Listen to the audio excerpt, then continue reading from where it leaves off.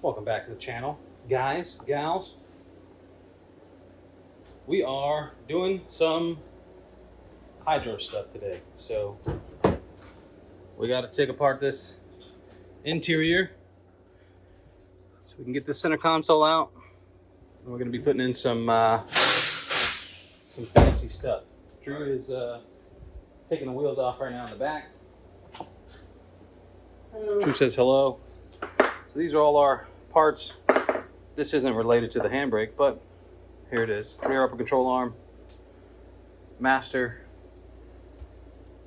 brake caliper adapters, lines, handbrake, all the good stuff. So this kit is a no-show kit, so we'll be able to put this underneath the center console. So the only thing, if we do it right, you should see is this. So I don't know what I did with the interior piece. yeah, there's like a little bezel piece or whatnot. Yeah. So when we're putting all this stuff on, we got the front end of the car torn down. We're doing some other stuff that didn't work out. Waiting on parts for that. So we're doing this now. So that's kind of where we're at. And then yeah, take you along. All right. So I guess the plan is going to be to disassemble the rear brake system first, put on the brackets, and then we'll go into the interior of the car and start taking apart the console. We got to remove the rear seat, run the lines underneath the carpet, and do all that. So we'll do that second. I'm still waiting on the Willwood calipers to come in, so we won't be able to actually finish today. We'll have to wait for another day to finish, but we'll at least get the majority of this stuff done. So Drew's looking puzzled. Did you break out? Probably. I did that when I was doing the brakes. I was like, man, that freaking caliper won't come off. Yeah, I just realized it was a big old Mm-hmm. Well, that's nice. You'll be able to retain factory e-brake pretty easily. Man. That's why I got this kit. Good on that, huh? Yeah, it does. It's machined well. So, disassemble your brake system. It's easy. Drew did it in about 37 seconds. Helps that I just took it all apart. So, Yeah. everything was had just been apart. Anyway, took it apart, cleaned up the hub where this thing's gonna go. Essentially all this was full of like asphalt and just road grime. So took a wire wheel, cleaned all that up so you get a nice flat surface to mount to, and then you don't put it on that way. That's the back side. Yeah, that's what goes around the hub. Yeah. Yeah, nope. Let's see, let's show the machined edge. So this machined edge fits perfectly on the hub, and then it just slides over, and then basically using the dust shield bolts just to hold it in place, but the actual hub assembly is taking the load. Yeah, The torsional load is going to be on the hub since it fits so perfectly. Right, So, there's like no slack in yeah, there. none. It's like perfectly machined. Yeah, that's nice. So Hey, I'll take it. Pull it up. okay, so Drew is putting that caliper back together on the driver's side. We're going to start popping this interior apart. I'm going to try to throw a light in here for us so you can actually kind of see a little bit.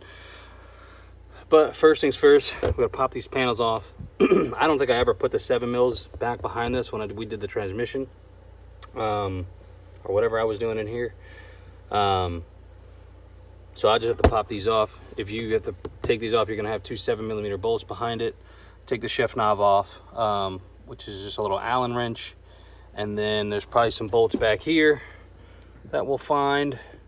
And we'll get the center console up and out of our way. And then we got to pop the rear seats out so we can run our lines underneath the carpet and everything. So that's what we got to do for now.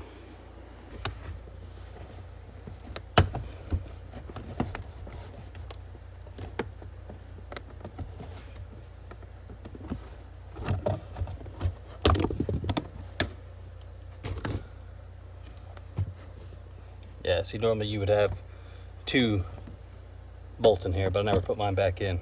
Maybe I'll do it this time. All right, guys, it's a little dark in here, but you get the idea. Take your center console apart. It just pops apart. You got this plate, you kind of have to finagle it into position. You got to cut off your bolt. There we go. So you're gonna have to trim this stud down. Instructions say you got to cut your stud down over here. Apparently the master cylinder won't clear it. There's a master, bolts into the plate. This stud would be in the way. So what we did is we ran the factory bolts that hold the center console down on there, and then use those as guides. You're supposed to use the nuts that come with the kit, but you can't because they're the wrong thread pitch. So there's that. So I'll have to get some more nuts to hold down the center console at a later date. You got these little gooey pieces of tape that cover up these bolt holes. Remove that, and then your nuts that are provided, or bolts that are provided, will go into those holes and hold down your bracket. But we thought it was the pain at first, keeping the nuts from threading. It's not. They're definitely just the wrong thread pitch. So we had to use the ones that came out of the center console. And I will look around to see if I have any around here, but I don't think I do. So that's where we're at. We're gonna get the handbrake in. We're gonna cut the center console with the template. And then we'll start putting this back together. We're gonna run the lines through here underneath and then back out the back of the car. But we'll keep you posted.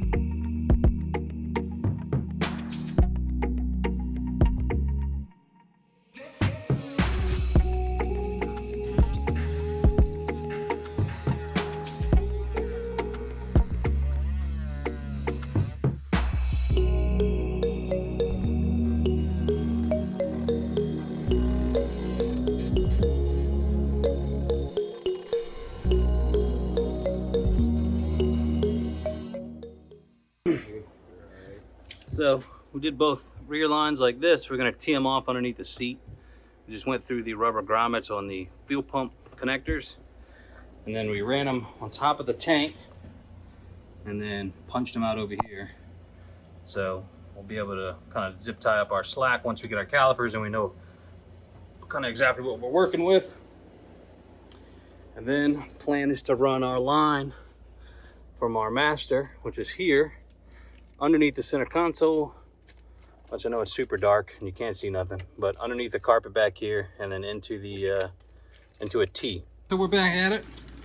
I've been gone a couple days, about 10 to be exact. We got the calipers in finally.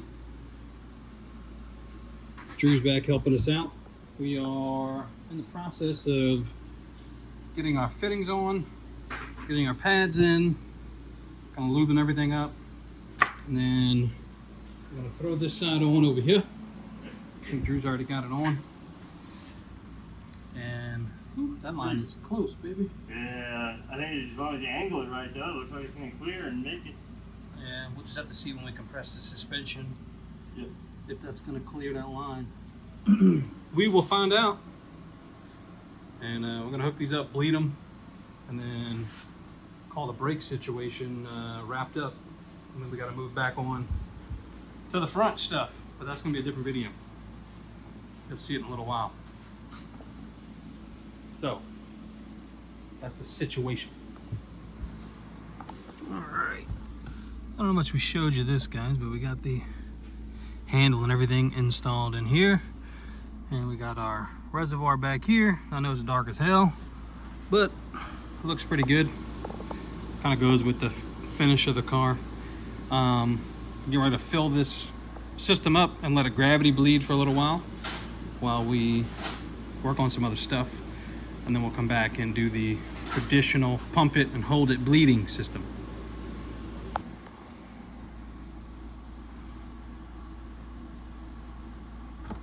thought it was an 11. Guess what? It's 12. But Drew's prepared this time.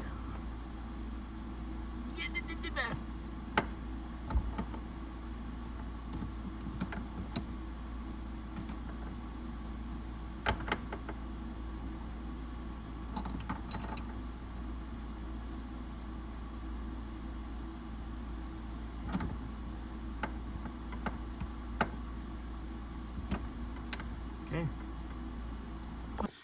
All right, guys. So we got this thing knocked out. It's all installed. Interior's back together, even through the back seat back in, if you can see it. So I just tossed all that back together and got it all buttoned up. Looks pretty good in there. Looks like it belongs. But Drew had to come over yesterday. We had to do another bleed session on it. I think we ended up having to bleed it 4 times to get all the air out. So it did take a little while. So just be prepared for that if you are, you know, testing and it's still not grabbing like you would expect. It did take a while for the Wellwoods to get all the air out of the system, but that's what they look like behind my drift spare wheels. Good looking kit. They clamp pretty hard. We had to adjust the handle a little bit. Let me get in there and show you. Because what was happening where we had it before, we had it a little too far back and it was not engaging until way in the back of the throw, so you were never going to get it to lock. So we got the handle pushed a little bit farther forward. It's still not bad. You know, you guys are kind of close, but like hand here, and then it's just a quick over and then back, and it really starts to engage about here.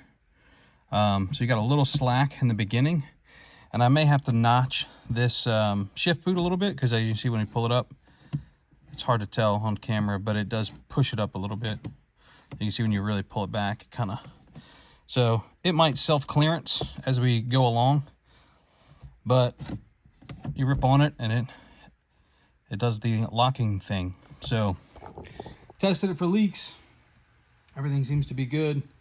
So we got about, not next weekend, but the following weekend will be the first drift event for the Mustang.